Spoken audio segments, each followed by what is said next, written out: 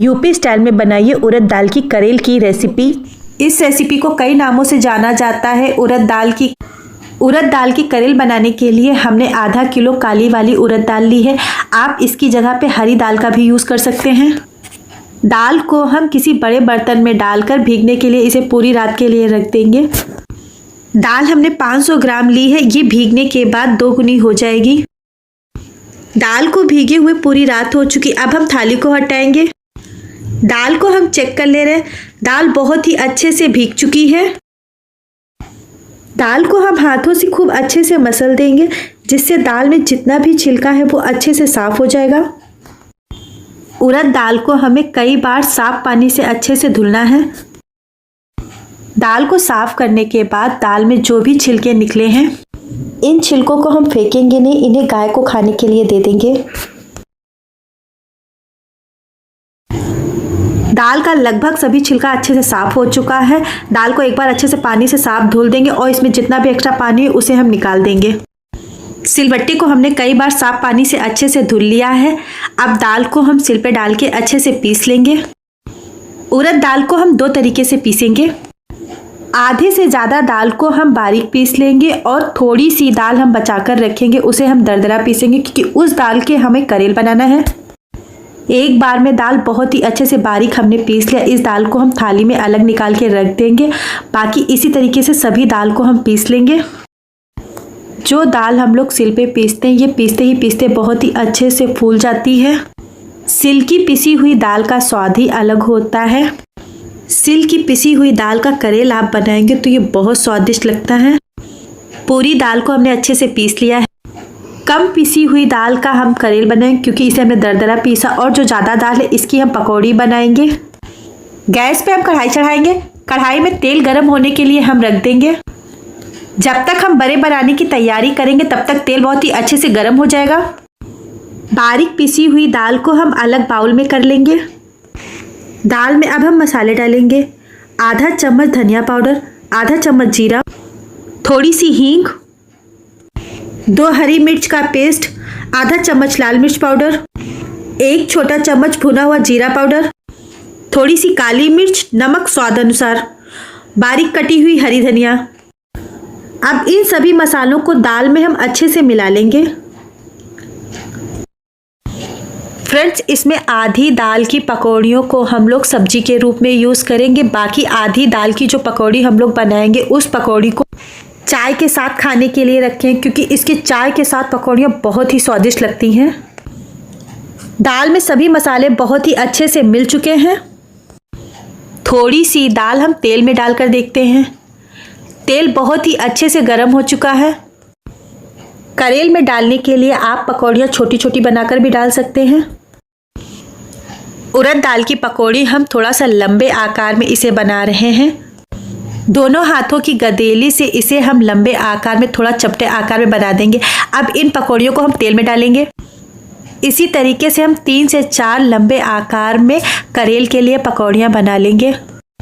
अगर आपको लंबे आकार की पकौड़ियाँ देखने में अच्छी नहीं लग रही हैं, आप थोड़ी सी दाल को हाथों में लें और हाथों में लेने के बाद इसे अंगूठे से थोड़ा सा दबाकर इसे तेल में डाल दें। इसी तरीके से बाकी सभी पकौड़ियों को आप बना सकते हैं। फ्रेंड्स, इन पकौड़ियों को हमें मीडियम आंच में ही पकाना है। ना बहुत तेज आंच में पकाना, ना बहुत स्लो आंच में पकाना है। एक तरफ से अच्छे से सुनहरे कलर की पकौड़ियाँ पक चुकी, इसे हम पलट देंगे। दोनों तरफ सुनहरा कलर आने तक हम इन पकौड़ियों को पका लेंगे। पकौड़ियाँ बहुत ही अच्छे से पक चुकी हैं। अब इन पकौड़ियों को हम निकाल लेंगे। पकौड़ी को हम जाली वाली छन्नी में निकाल लेंगे, जिससे इसमें जितना भी एक्स्ट्रा तेल हो वो निकल जाए। ये पकौड़ियाँ हमने करेल के लिए बना ली हैं। बाकी बची हुई सभी पकौड़ियों को हम चाय के साथ बना लेंगे। फ्रेंड्स, अगर आपको करेल के लिए बड़ी पकौड़ियाँ नहीं अच्छी लगती तो आप इस तरीके से छोटी पकौड़ी को भी बना सकते हैं। चाय भी हमारी बहुत ही अच्छे से पक चुकी है। पकौड़ी भी हमारी बनकर तैयार है। फ्रेंड्स, हमने जो बड़ी पकौड़ियाँ बनाई थी, इन पकौड़ियों को हम हाथों से तोड़ देंगे। ऊपर से करारी और अंदर से बहुत ही सॉफ्ट पकौड़ियाँ बनकर तैयार हैं। फ्रेंड्स, बड़ी पकौड़ियाँ बनाने का फ़ायदा ये होता है कि जब बड़ी पकौड़ियों को हम बीच से तोड़ते हैं और करेल में डालते हैं तो करेल इसके अंदर तक जाता है और ये खाने में बहुत ही स्वादिष्ट लगते हैं। छोटी पकौड़ी में अंदर तक इसकी ग्रेवी अच्छे से नहीं जा पाती है। करेल वाली भी पकौड़ी बनकर तैयार और चाय के साथ खाने के लिए भी पकौड़ियाँ बनकर तैयार है। फ्रेंड्स, इसका वीडियो मैं आपके साथ जल्दी शेयर करूँगी। अब कढ़ाई में जितना भी एक्स्ट्रा तेल है उस तेल को हम निकाल देंगे। थोड़ा सा तेल हमने बचा के रखा है। उड़द की पिसी हुई दरदरी दाल, 4 से 5 कलियाँ कुटी हुई लहसुन की। तेल अच्छे से गर्म है। अब इस गर्म तेल में हम लहसुन को डाल देंगे। साथ ही इसमें थोड़ी सी हम हींग डाल देंगे। लहसुन को हम धीमी आंच में पका लेंगे। लहसुन अच्छे से पक चुका। अब इसमें हम दाल डाल देंगे और दाल को हम तेल में अच्छे से मिलाकर धीमी आंच में इसे हम फ्राई कर लेंगे। फ्रेंड्स, इस रेसिपी को आप किसी भी ऑयल में बना सकते हैं। जो पारंपरिक तरीके से बनाया जाता तो इसे सरसों के तेल में ही बनाया जाता और सरसों के तेल में ये बहुत ही स्वादिष्ट लगती है। दाल को हमें तेज आंच में नहीं फ्राई करना, इसे हमें बिल्कुल स्लो आंच में फ्राई करना है। दाल जब तक हमारी फ्राई हो तब तक हम मसालों को देख ले रहे हैं। 1 चम्मच जीरा, 2 छोटी इलायची, 2 बड़ी इलायची, 1 छोटा टुकड़ा दालचीनी का, जावित्री, थोड़ी सी काली मिर्च और जायफल। फ्रेंड्स, आप इस रेसिपी में छोटी बड़ी इलायची का ज़रूर यूज़ करिए क्योंकि इसी से इसका स्वाद बहुत ही अच्छा आता है। छोटी बड़ी इलायची डालने से इसकी खुशबू करेल में बहुत ही अच्छे से बनी रहती है। 2 चम्मच लहसुन का पेस्ट, 1 छोटा चम्मच लाल मिर्च, 1 चम्मच हल्दी पाउडर, 1 चम्मच धनिया पाउडर, 5 हरी मिर्च का पेस्ट। उड़द की दाल भी बहुत ही अच्छे से फ्राई हो चुकी। अब इसे निकालकर हम थाली में रख देंगे। उड़द की दाल को हमने 13 मिनट के लिए फ्राई किया है धीमी आंच में। उसी कढ़ाई को साथ ही इसमें हम तेज पत्ता डाल देंगे।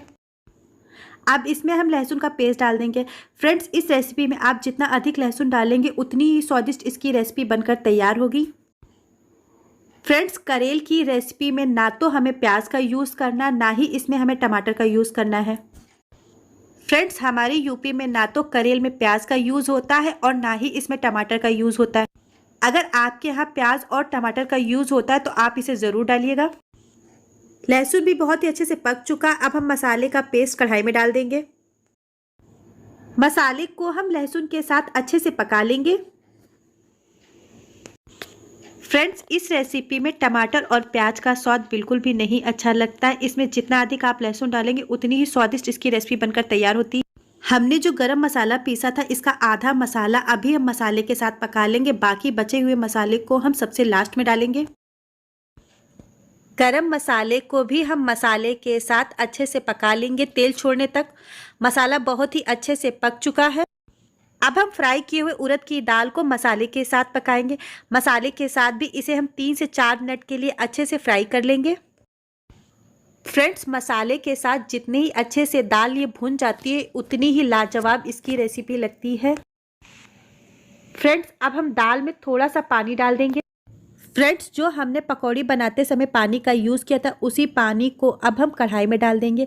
ये पानी कम से कम 1 कप के आसपास है। इस 1 कप के पानी को हमने कढ़ाई में डालकर इसे धीमी आंच में अच्छे से हम करेल को पका लेंगे। करेल में पानी डालने के बाद इसे 2 मिनट के लिए हम और पकाएंगे। 2 मिनट के बाद इसमें हम 1 लीटर पानी और डाल देंगे। फ्रेंड्स, इस रेसिपी में पानी थोड़ा ज़्यादा लगता है तो आप पानी इसमें अपने हिसाब से कम ज़्यादा कर सकते हैं। फ्रेंड्स, जिस हिसाब से आप करेल कम ज़्यादा बना रहे उसी हिसाब से आप अपनी ग्रेवी को तैयार करिएगा। ग्रेवी को हम 10 से 12 मिनट के लिए अच्छे से पका लेंगे।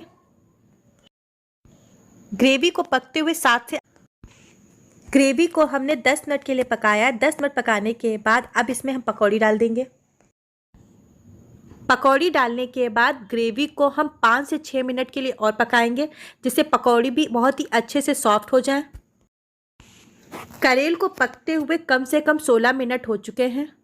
अब गैस को बिल्कुल हम स्लो कर देंगे और स्लो आंच में इसे 1 से 2 मिनट के लिए और पका लेंगे। ग्रेवी भी बहुत ही अच्छे से गाढ़ी होने लगी है। अब हमने जो गरम मसाला बचा के रखा था उस गरम मसाले में थोड़ा सा करेल डालेंगे और इसे अच्छे से हम मिला लेंगे। अब इसी गरम मसाले को हम कढ़ाई में डाल देंगे। कढ़ाई में डालने के बाद इसे एक बार अच्छे से हम मिला लेंगे। गरम मसाला डालने के बाद गैस को हमें तुरंत बंद कर देना है जिससे गरम मसाले की खुशबू करेल में अच्छे से बनी रहे। फ्रेंड्स, करेल देखने में अभी पतला लग रहा है। जैसे जैसे ये ठंडा होता जाएगा वैसे वैसे ये बहुत ही गाढ़ा हो जाएगा। अब इसमें बारीक कटा हुआ हरा धनिया डाल देंगे। फ्रेंड्स, करेल की सब्जी बिना चावल के अधूरी है, क्योंकि करेल की सब्जी चावल के साथ बहुत ही स्वादिष्ट लगती है। चावल भी हमारे बहुत ही अच्छे से पककर तैयार है। अब इसे हम प्लेट में निकाल लेंगे। फ्रेंड्स, यूपी में गाँव में इसे शादी बारातों में ज़रूर बनाया जाता है। चाहे वो शादी लड़के की हो चाहे लड़की की हो, लड़के की शादी में तीसरे दिन इसे बड़ा भात के रूप में चलाया जाता है। फ्रेंड्स, नए जमाने के अनुसार आजकल ये परंपरा गायब होती दिखाई पड़ रही। अब बहुत ही कम जगहों पे इस रेसिपी को बनाया जाता है। चावल बहुत ही अच्छे से बनकर तैयार है। अब चावल को हम प्लेट में निकाल लेंगे। करेल को भी अब हम कटोरी में निकाल ले रहे हैं। बहुत ही स्वादिष्ट, बहुत ही लाजवाब करेल चावल की रेसिपी बनकर तैयार है। फ्रेंड्स, आप सभी लोग हमें कमेंट्स करके ज़रूर बताइए कि आपको हमारी ये रेसिपी कैसी लगी। मिलती हूँ आपसे आने वाली अगली वीडियो में। तब तक के लिए बाय।